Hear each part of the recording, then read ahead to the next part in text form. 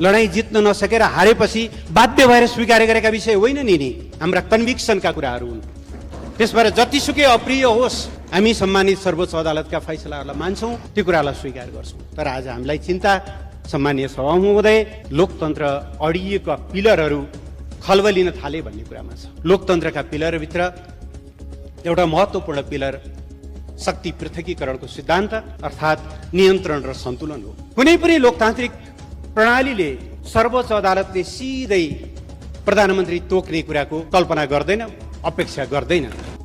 5 जना श्रीमानहरूबाट माननीय शेरबहादुर देउवा प्रधानमन्त्री नियुक्त हुनुभएको छ।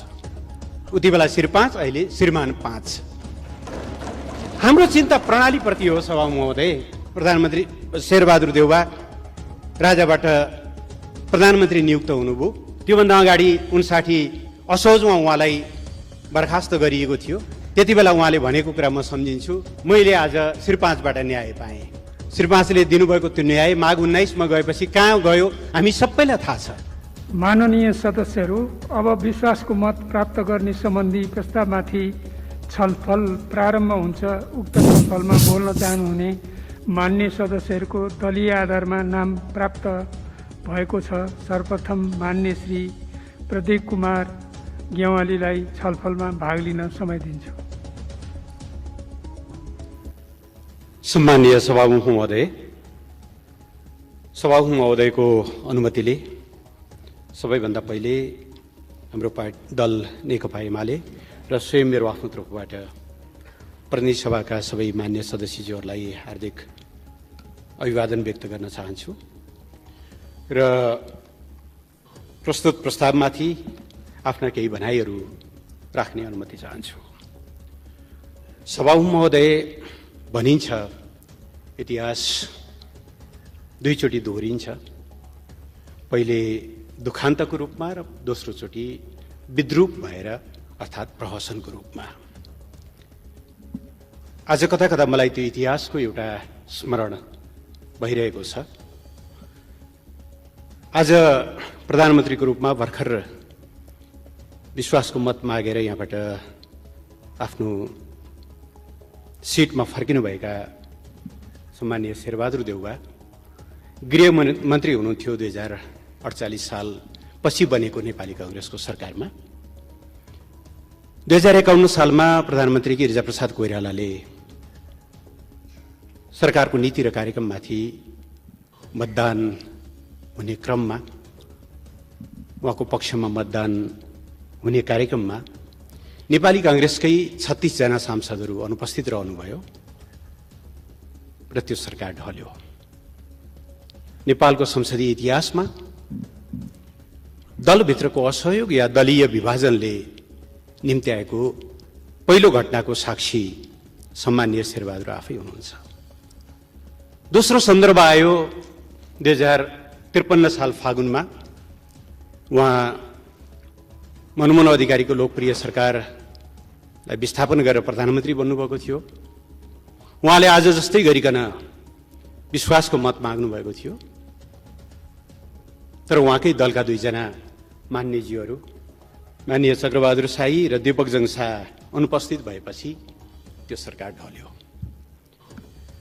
2059 सालमा उहाँ फेरि प्रधानमन्त्री हुनुहुन्थ्यो। संसदमा सङ्कटकाललाई निरन्तरता दिने कि नदिने भन्ने बारेमा छलफल चल्दै थियो। मतलब त्यो एजेन्डा बन्नेवाला थियो। त्यति बेलाको पार्टीको तर्फबाट असहयोग हुन्छ भनेपछि उहाँले प्रतिनिधि सभा विघटन गर्नुभयो 59 जेठमा। चुनाव समयमा हुन सकेन र त्यही चुनाव हुन नसकेको आरोपमा अक्षमताको प्रमाण भिराएर तत्कालीन राजा ज्ञानेन्द्रले उहाँलाई प्रधानमन्त्रीबाट बर्खास्त गरे। मैले इतिहासको सन्दर्भ किन भनेको हो भने सम्मानीय सभामुख महोदय, नेपालको प्रजातान्त्रिक आन्दोलनमा, प्रजातन्त्रको इतिहासमा, संसदीय इतिहासमा दलहरूको विभाजनले सरकारहरू गिराउने, लोकतन्त्र कमजोर गर्ने, दल संसदीय व्यवस्थाप्रति, प्रजातन्त्रप्रति वितृष्णा जगाउने एउटा इतिहास स्थापित भएको छ। मैले प्रहसन किन भनेको, विद्रूप स्थिति किन भनेको भने तीन-तीनचोटि दलीय विभाजनको शिकार बनेर पहिला गृहमन्त्रीको रूपमा पछाडि दुईचोटि प्रधानमन्त्रीको रूपमा बाहिरिनुभएका सम्मान्य शेरबहादुर देउवा आज 76.5 को एउटा अपव्याख्या जसले 32 वर्ष अगाडि हामीले समाप्त पारेको निर्दलीय व्यवस्थालाई जसकेलाबाट छिराउने काम गरेको छ, त्यसैको सहारा लिएर प्रधानमन्त्री बन्दै हुनुहुन्छ। मैले यो बेला शुभकामना दिन, समर्थन गर्न कसरी गर्ने होला, एउटा बडो अप्ठ्यारो स्थिति सिर्जना भएको छ। सम्मानीय सभामुख महोदय, मैले यो विषय अझ नेकपा एमाले सरकारबाट बाहिरिनु पर्यो, प्रतिपक्षमा बस्नु पर्यो भनेर भनिरहेको छैन। सभामुख महोदय, नेपाल कम्युनिस्ट पार्टीको स्थापना 2006 सालमा भएको थियो। अहिले हामी 72 वर्ष हाम्रो पार्टीले आफ्नो इतिहास पूरा गरेको छ र यो 72 वर्षमध्ये 36 वर्ष त हामी प्रतिबन्धित भूमिगत बन्देज भएको अवस्थाबाट गुज्रिँदै आएका छौँ र यो पनि यो संसदमा म रेकर्ड गराउन चाहन्छु। 2006 सालमा जन्मेको पार्टीलाई 7 सालको क्रान्ति लगत्तै नेपाली कांग्रेस समेत सम्मिलित सरकारले प्रतिबन्ध लगाएको थियो। हामी 5 वर्षसम्म प्रतिबन्धित अवस्थामा काम गरेका थियौँ। पञ्चायतको राजाको त कुरै गर्नु परेन। त्यसकारणले प्रतिबन्धित हुनु, विपक्षमा रहनु हाम्रा लागि सामान्य विषय हो। सभामुख महोदय, बहुदल आएपछिका 30-32 वर्षमा पनि अधिकांश समय हामी प्रतिपक्षमा छौँ र त्यो प्रतिपक्षमा रहँदा हामीले के कति भएका छौँ मैले त्यतातिर जान चाहन्न। प्रश्न को सत्तामा गयो, को सत्तामा गएन भन्ने कुरा होइन। प्रश्न गेम फेयर भयो कि भएन भन्ने हो, प्ले फेयर भयो कि भएन भन्ने हो। र आज हामीलाई सरकारबाट बाहिरिएको कुरामा होइन, प्रणाली भत्किँदै गरेको सन्दर्भमा छ। प्रधानमन्त्रीबाट हट्नु पर्यो भन्ने पनि चिन्ता होइन। सभामुख महोदय, लोकप्रिय प्रधानमन्त्री मनमोहन अधिकारी जम्मा 9 महिना उहाँले काम गर्नुभयो। आज पनि नेपाली जनताको जिब्रोमा हुनुहुन्छ, मनमनमा हुनुहुन्छ, मुटुमा हुनुहुन्छ। बर्दियामा बाढी आएको बेलामा बाढीको निरीक्षण गरेर फर्किने क्रममा हेलिकप्टर दुर्घटनाबाट 6000 फिट माथिबाट तल झर्नुभयो, घाइते हुनुहुन्थ्यो। अविश्वासको प्रस्तावमा उठाइएका मेरो बारेमा लागेका आरोपहरूको जवाफ मैले सदनमा उपस्थित भएर दिन्छु भन्दा केही दिन पनि नकुरिकन उहाँलाई टिचिङ हस्पिटलबाट जवाफ दिन बाध्य बनाएर सरकारबाट हटाइएको पनि हामीलाई सम्झना छ। हामी सर्लक्क हटेका हौँ। हामी कमब्याक गर्यौँ। फेरि याद रहोस्, हामीले कमब्याक गर्यौँ 2054 सालको स्थानीय तहको निर्वाचनमा शानदार झण्डै 2/3 सहित। अस्ति धेरै लामो समय भएको छैन, 73 साल साउनमा 9 गते होला सम्भवतः सम्मानीय प्रधानमन्त्री केपी शर्मा ओलीलाई यस्तै गरी दोष यति थियो उहाँले नाकाबन्दीको सामना गर्नुभयो, दोष यति थियो उहाँले चीनसँग पारमाणु सन्धि गर्नुभयो, दोष यति थियो क्रान्ति पुरा भइसकेपछि अब विकासका समृद्धिका सपना देख्नुपर्छ भनेर उहाँले सपना देखाउन थाल्नुभयो। 9 महिनाको बिचमा उहाँलाई हटाइयो। हामी सर्लक्क हट्यौँ। कमब्याक गरेको कुरा सदनलाई जानकारी नै छ। त्यसकारणले प्रश्न हामी सरकारबाट हट्दैछौँ, प्रधानमन्त्रीबाट हट्दैछौँ भन्ने कुरा बिल्कुलै होइन। तर यसका लागि हामीले आज कुन विधि अवलम्बन गर्दैछौँ? नेकपा एमाले विधिको शासनमा विश्वास गर्छ। संविधानको सर्वोच्चता, विधिको शासन, मानवाधिकार, शक्ति पृथकीकरण हामीले अवलम्बन गरेको जनताको बहुदलीय जनवादका अविभाज्य अङ्गहरू हुन्। कसैले कर गरेर लडाईँ जित्न नसकेर हारेपछि बाध्य भएर स्वीकार गरेका विषय होइन नि, हाम्रा कन्भिक्सनका कुराहरू हुन्। त्यसबाट जतिसुकै अप्रिय होस्, हामी सम्मानित सर्वोच्च अदालतका फैसलाहरूलाई मान्छौँ, त्यो कुरालाई स्वीकार गर्छौँ। तर आज हामीलाई चिन्ता, सम्मानीय सभामुख महोदय, लोकतन्त्र अडिएका पिलरहरू खल्बलिन थाले भन्ने कुरामा छ। लोकतन्त्रका पिलरभित्र एउटा महत्त्वपूर्ण पिलर शक्ति पृथकीकरणको सिद्धान्त अर्थात् नियन्त्रण र सन्तुलन हो। कुनै पनि लोकतान्त्रिक प्रणालीले सर्वोच्च अदालतले सिधै प्रधानमन्त्री तोक्ने कुराको कल्पना गर्दैन, अपेक्षा गर्दैन। आज हामी यो विषय राष्ट्रिय राजनीतिमा छिराइरहेका छौँ। धन्यवाद पनि सम्माननीय प्रधानमन्त्रीले दिनुभयो। मलाई एउटा याद भयो, सम्माननीय सभामुख महोदय, घरिघरि म इतिहासतिर पनि फर्किनेछु। 2061 साल जेठमा होला सम्भवतः सम्माननीय प्रधानमन्त्री शेरबहादुर देउवा राजाबाट प्रधानमन्त्री नियुक्त हुनुभयो। त्योभन्दा अगाडि 59 असोजमा उहाँलाई बर्खास्त गरिएको थियो। त्यति बेला उहाँले भनेको कुरा म सम्झिन्छु, मैले आज श्री 5बाट न्याय पाएँ।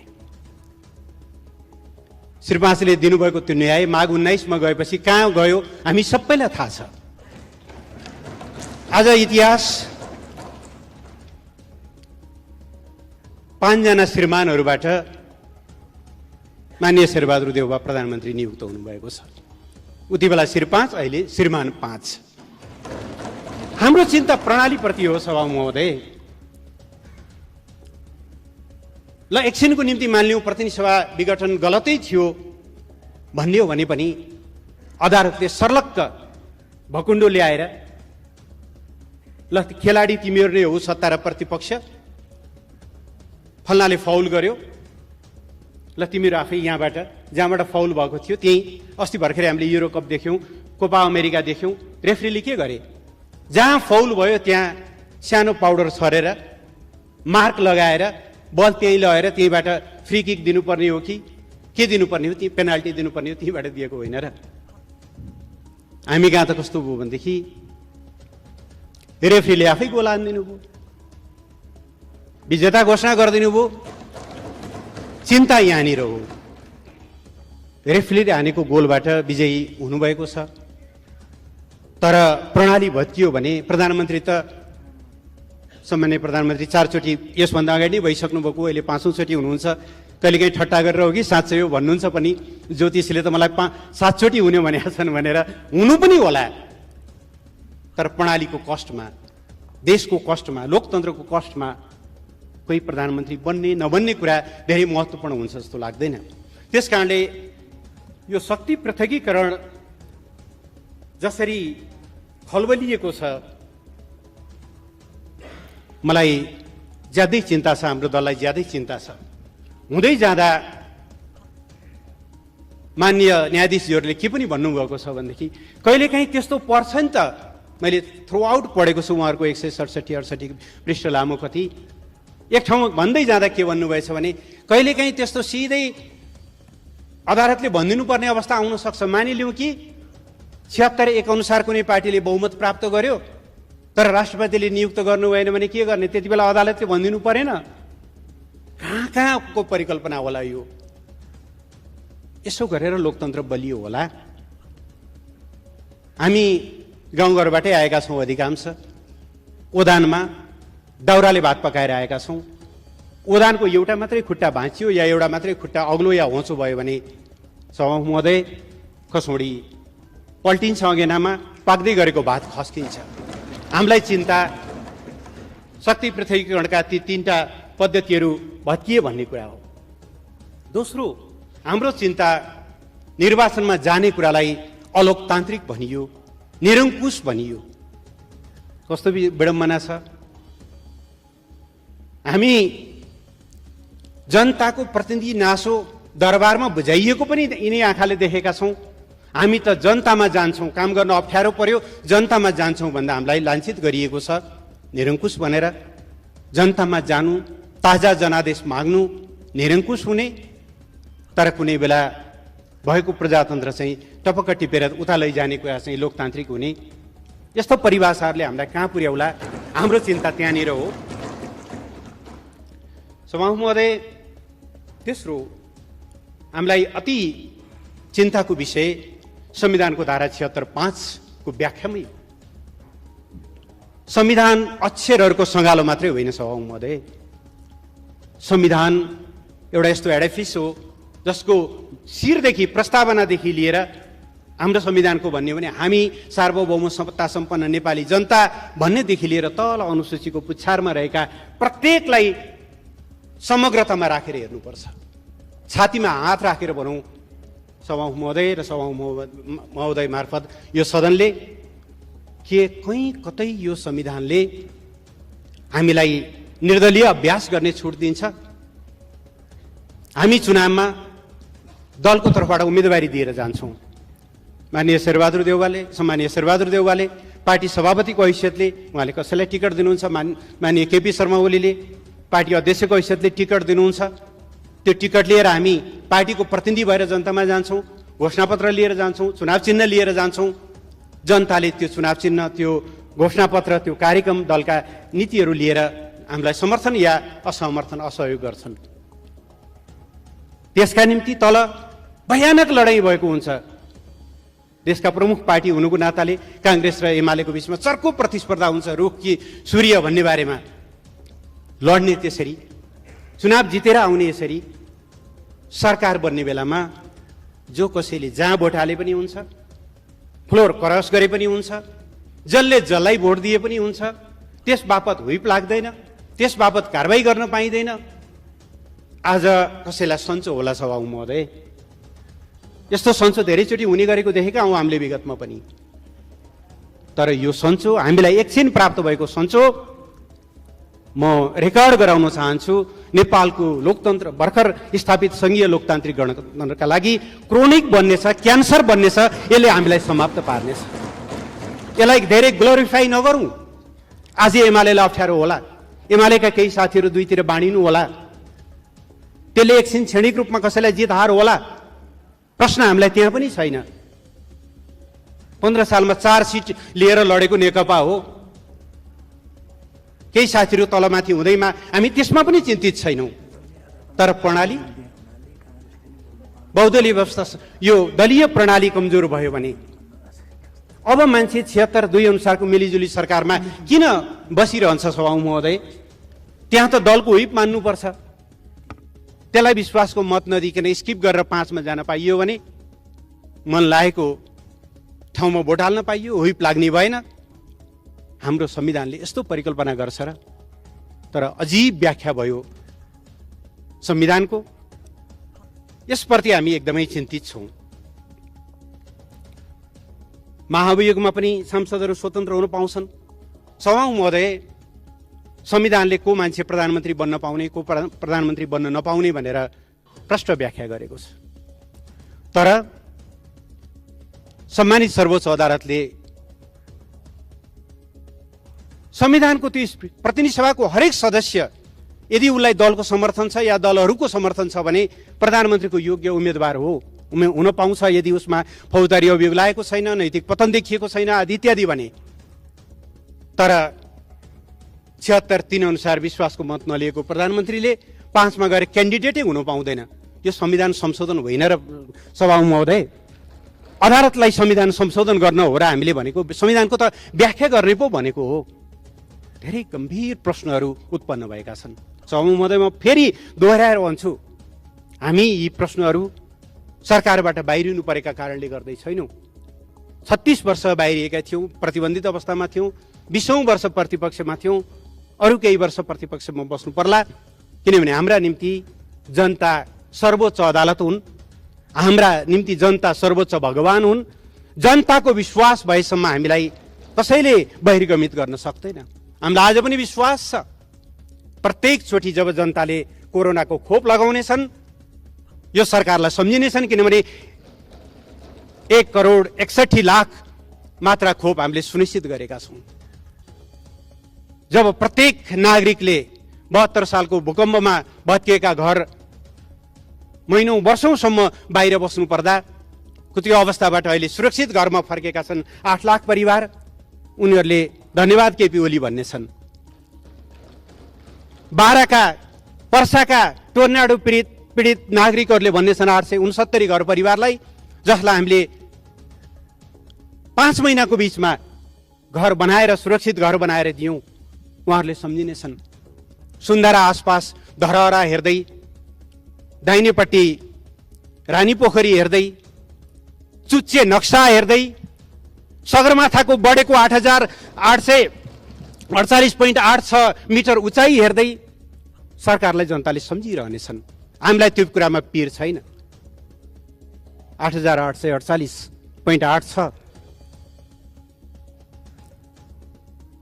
लिम्पियाधुरा, लिपुलेक र कालापानी, जसको बारेमा उच्चारणसम्म विगतमा गर्न सकिँदैन थियो, जसको बारेमा यहाँ आएका प्रस्तावहरूलाई अनेकौं जालजेल गरेर चाहिँ तुहाउने काम गरिएको थियो, ती कुराहरूमा जनताले सम्झिनेछन्। त्यसकारणले हामीलाई बाहिर जानु पर्यो भन्ने कुरामा होइन। हामीले बनाएका 50 भन्दा बढी नयाँ कानुनहरू जसले संविधानलाई पूर्ण रूपले फङ्सनल बनाएको छ, संहितालाई कार्यान्वयन गर्नका निम्ति हामीले गरेका कामहरू जसले आज 761 सरकारहरू फङ्सनल छन्, अल्पविकसित अवस्थाको कलङ्कको टीका मेटाएर हामी विकासशील देशमा स्तरोन्नत हुने चरणमा पुगेका छौँ, त्यो विषयमा जनताले सम्झिरहनेछन्।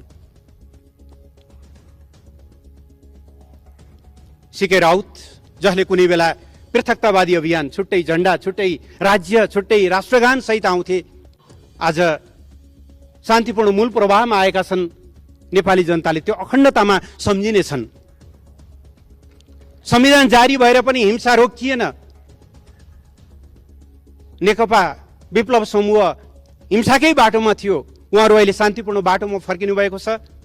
हिजो संविधानप्रति असहमत, संविधानको विरोध गर्ने सबै साथीहरू अहिले संविधानको रक्षामा उभिनु भएको छ। सरकारले गरेको यो राष्ट्रिय सहमतिको विषयमा मान्छेहरूले सम्झिनेछन्। मेलम्चीको धारा प्रत्येकचोटि खोल्दा काठमाडौँवासीले सम्झिनेछन्। लोड सेडिङ अन्त्य भएर तामाकसीको बिजुली बाल्दा प्रत्येकचोटि जनताले सम्झिनेछन्। उत्तरतिर खोलिएका नाकाहरू जसले अब नेपाल कहिले पनि नाकाबन्दीमा पर्ने छैन, पारवन सन्धि र त्यसको प्रोटोकल, त्यसमा सम्झिनेछन्। गाउँ गाउँमा पुगेका हस्पिटलहरू, स्वास्थ्य बिमाहरू, श्रमिकहरूको हिजो अस्ति 1 गतेदेखि तलब बढेको छ। हुन त जसले नै होड छ, यही सरकार आएर बढाइदियो 1,500 मासिक पारिश्रमिक भनिदिए पनि हामीलाई केही फरक पर्दैन, किनभने हामीलाई जसले नै होड छैन। हामीलाई त श्रमिकहरूको खल्तीमा अलिकति भए पनि बढी पैसा परोस् भन्ने हो। श्रमिकहरूले त्यहाँनिर सम्झिनेछन्। यिनै कुराहरू हुन् सभामुख महोदय। त्यसकारणले मैले आज यो सम्मानित सदन सामु बिहेर मुलुकको प्रणाली जुन दिशातिर जाँदैछ, गिरिजाप्रसाद कोइरालाले, स्वर्गीय गिरिजाप्रसाद कोइरालाले भन्नुहुन्थ्यो, एउटै पुस्ताले 3 चोटिसम्म प्रजातन्त्रको लागि लड्यौं, अब आउने पुस्ताले लड्नु पर्दैन। तर यही ढङ्गले प्रणाली भत्काउँदै गयौं, कसैलाई प्रधानमन्त्री बन्न, कसैलाई प्रधानमन्त्रीबाट हटाउन, यही ढङ्गका हतियारहरूको हामीले सहारा लिँदै गयौं। यिनै सिद्धान्तहरू स्थापित हुँदै गयो भने प्रणाली के होला, अलिकति हाम्रो चिन्ता त्यहाँनिर छ।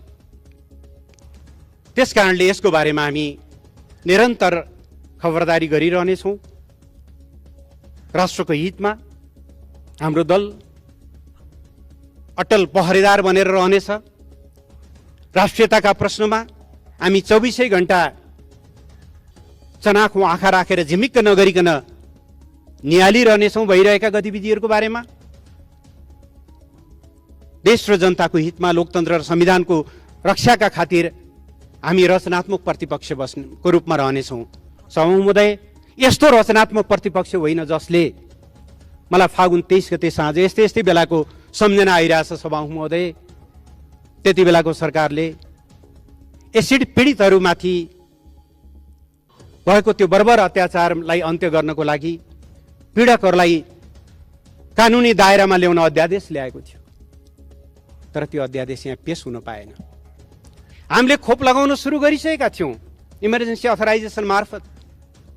अध्यादेश नलाइकन, खोप सम्बन्धी ऐनमा संशोधन नगरिकन त्यो भ्यालिड हुँदैन थियो, वैध हुँदैन थियो। त्यो हामीले प्रस्तुत गर्न पाएनौँ। सत्यनिष्ठ मेलमिलाप आयोग, बेपत्ता व्यक्ति छानबिन सम्बन्धी आयोगका म्यादहरू सकिन लागेका थिए, ती अध्यादेशहरू प्रस्तुत हुनु पाएनन्। हामीले एउटा बडो दारुण दृश्य देखेर त्यसदिन फर्किनु पर्यो। हामी त्यस्तो प्रतिपक्ष होइन सभामुख महोदय। अहिले देख्नुभयो नि प्रतिपक्ष कस्तो हुनुपर्छ भन्ने कुरा। सरकारले ल्याएका हरेक कुराको विरोध गर्नुपर्छ भन्ने भएको भए विरोध गर्ने विषयहरू थियो होलान्, तर हामीले गर्दैनौँ। मेरिट बेसमा, इस्यु बेसमा जहाँनिर विरोध गर्नुपर्छ नेकपा एमाले सशक्त ढङ्गले विरोध गर्नेछ, जहाँनिर विरोध गर्नु पर्दैन त्यहाँनिर विरोध गर्दैन। हामीलाई विरोध कुनै फेसन, कुनै रहर होइन, हामी त्यो ढङ्गले जाने छैनौँ।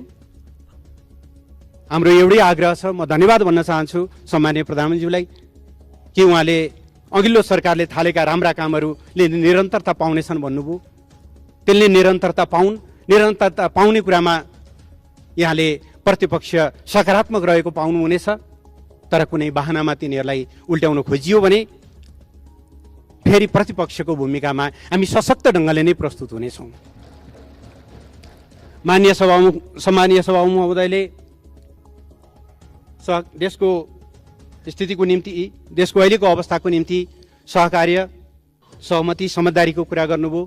राम्रो कुरा हो। हामी चाहन्छौँ त्यस्ता संस्थाहरू, त्यस्ता आसनहरू, त्यस्ता गरिमामय पदहरू सबैका साझा बन्न सकुन्, त्यो भूमिका व्यवहारमा सबैतिरबाट प्रकट हुन सकोस्। यिनै कुराहरू राख्दै सम्मानीय सभामुख महोदय, नटसेलमा म यही भन्न चाहन्छु,